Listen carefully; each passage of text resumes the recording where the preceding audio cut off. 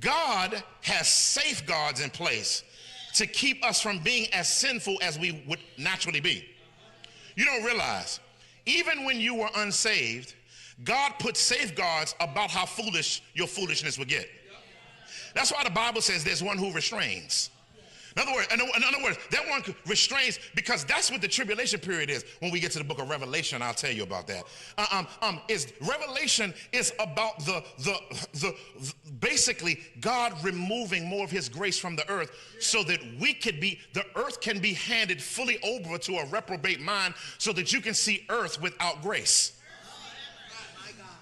So it's basically him removing some of the safeguards that causes the full sinfulness of sin to come to pass in phases. It's going to take 7 phases. And then when we get tired, Jesus is going to step back on the scene. Y'all missed that. And so what's beautiful about this right now is total depravity isn't you living out the full reality of your parity. It means in our actions as he is completely possible, nor that everyone will indulge in every form of sin. Stop looking down on everybody else's sin, because you can do any sin on the planet. Anyway, nor that a person cannot appreciate or even does good acts of goodness. That doesn't mean that. But it does mean that the corruption of sin extends to all men and to all parts of all men, so that there is nothing within the natural man that can give him merit towards God.